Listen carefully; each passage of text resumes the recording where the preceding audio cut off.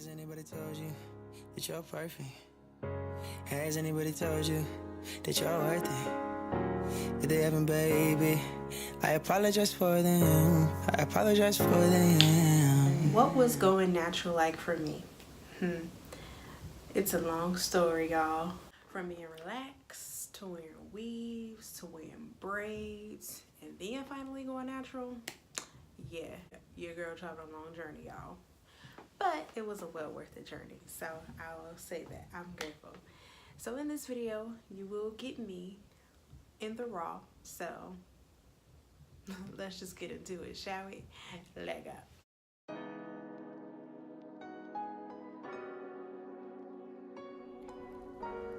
From birth until the age of 9 years old, I was a natural girl. My mom was my main hairstylist, and I say main because I tried my best to do my hair, but I couldn't. You know, as little girls, sometimes we have dreams and aspirations in life, you know? So my mom would definitely put my hair in a little pigtails. I had some long hair, y'all. So definitely the press and comb and the barrettes was my best friends back in the day. My hair would reach mid back maybe. I know it would pass my neck, but my mom for the most part put my hair in barrettes.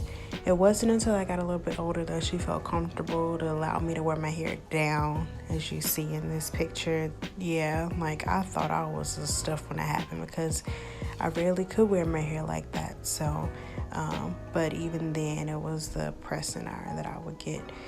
Then my mom, would at times allow me to wear my hair in braids. I wore micro braids. Let's talk about these high school days though. In high school, my staple way of wearing my hair was relaxing it and flat ironing it, and wearing my Chinese bangs. So my mom would relax my hair for me, and I would get a relaxer about every 6 weeks. Then I would be my stylist pretty much any other time. I would flat iron it every single week. I would wash it and style it every week. And this is how I wore my hair freshman to like mid junior year. And it wasn't until like later in my junior year that I actually was introduced to wearing sew-ins. Y'all, once I started, I did not want to stop. And the way I wore it, I would have leave out in the front. So that would be the relaxed hair. And then the rest would be braided up underneath. And the track would be sewed over it. So that was how I wore my hair junior year. And I then moved on to my Nicki Minaj bob, as I called it, with the bangs, because I knew I loved wearing my own hair with bangs. So that's how I wanted to wear my hair once I started wearing weaves. Then my senior year, went back to the creamy crack. Yep, took my hair down, wore my hair, and what do you know, I asked my mama for another relaxer. So my senior year, I also wore it relaxed, and I would flat iron it.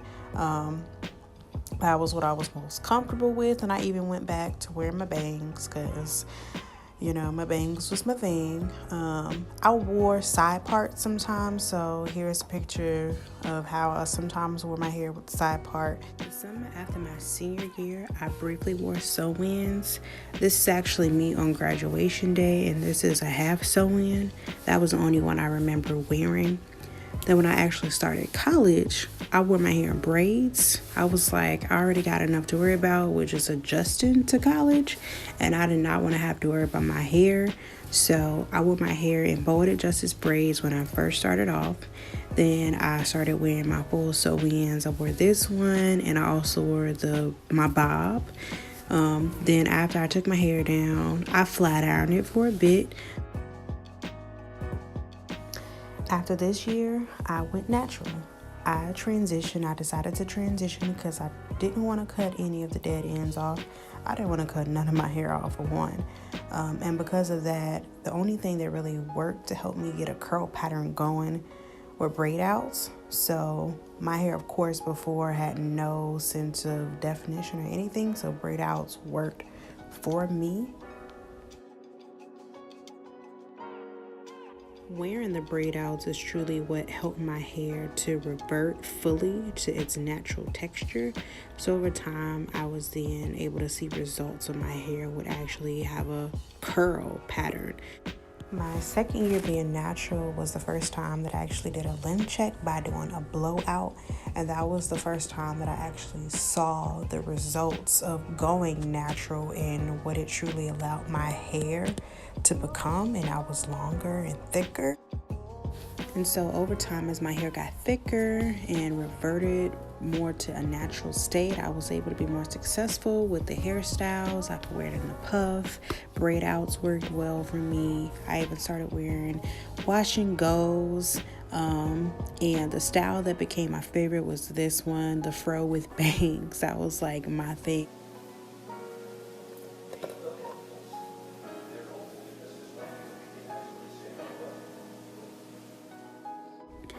From this journey of going natural, I think the most rewarding thing that I was able to learn was that as I was learning to love my hair was loving me, and that was ultimately leading me to love myself even further.